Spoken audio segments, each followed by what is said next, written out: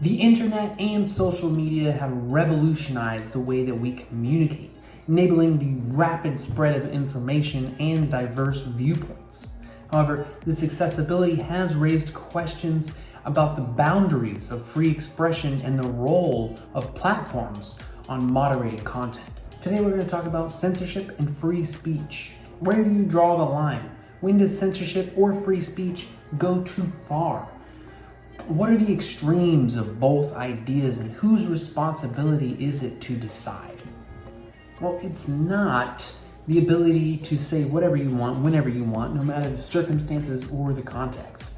For example, if you run into a packed movie theater and scream fire, and then the crowd proceeds to trample an elderly woman to death, you have clearly crossed the line. That line is not always so clearly defined though. Like when Kanye West made some controversial statements on what used to be Twitter.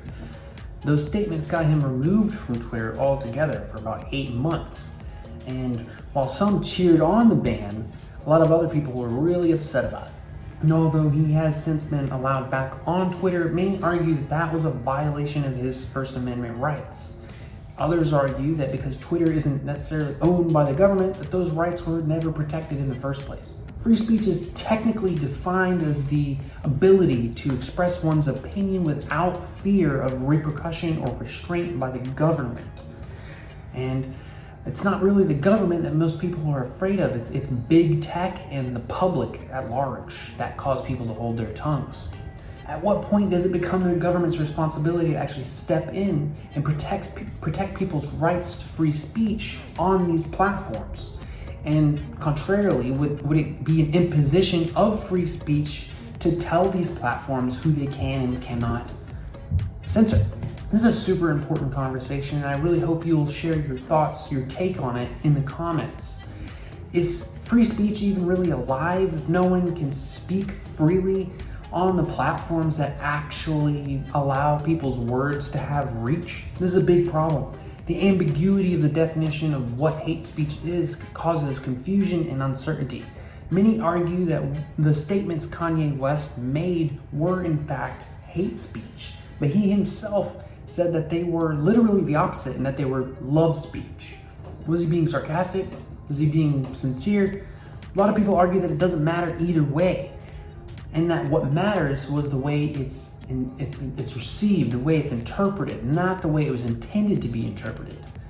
But doesn't that potentially make everything anyone says online hate speech?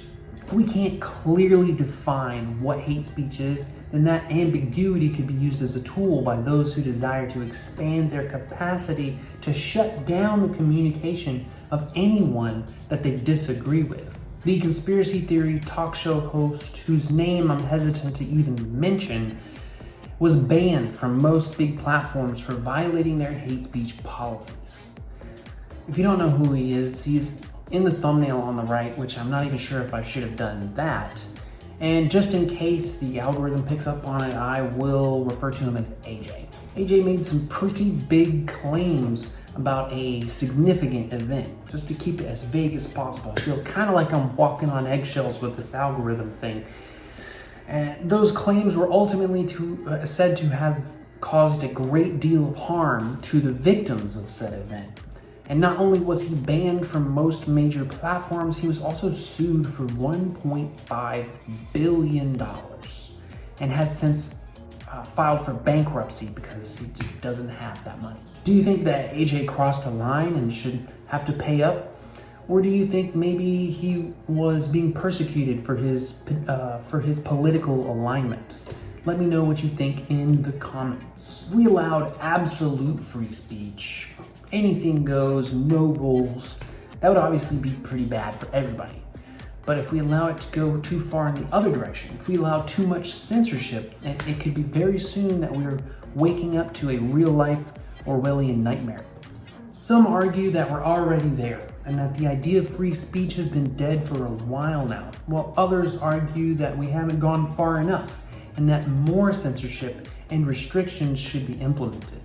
One example in history of an extreme case of censorship is in World War II Germany, where the government made it mandatory to only make art that could also double as propaganda. Anything else was deemed illegal and was punishable by imprisonment and even sometimes death. Finding examples of extreme free speech in history is hard, if not impossible, because it's just pretty much just never been done. It's not hard to imagine it though, because it would include incitement to violence, defamation, death threats, and just generally anything that directly led to harming people, like the movie theater example in the beginning of the video. Should the government have the exclusive ability to decide what is and isn't protected under the First Amendment?